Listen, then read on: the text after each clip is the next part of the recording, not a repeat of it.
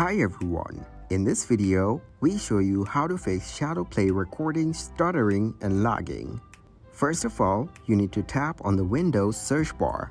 Then, search here for Device Manager. After that, tap to go into Device Manager. Once you open up the Device Manager, tap on Display Adapters and right-click on Intel HD Graphics 620. Then choose to go into Properties of the drop-down menu.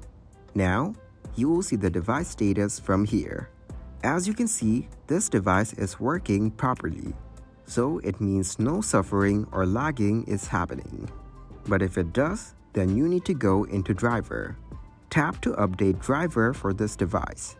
Once you update the drivers, either from the computer or the internet, your problem will be fixed automatically. Thanks everybody for watching. Make sure to like this video and subscribe to the channel for more tutorials. Goodbye.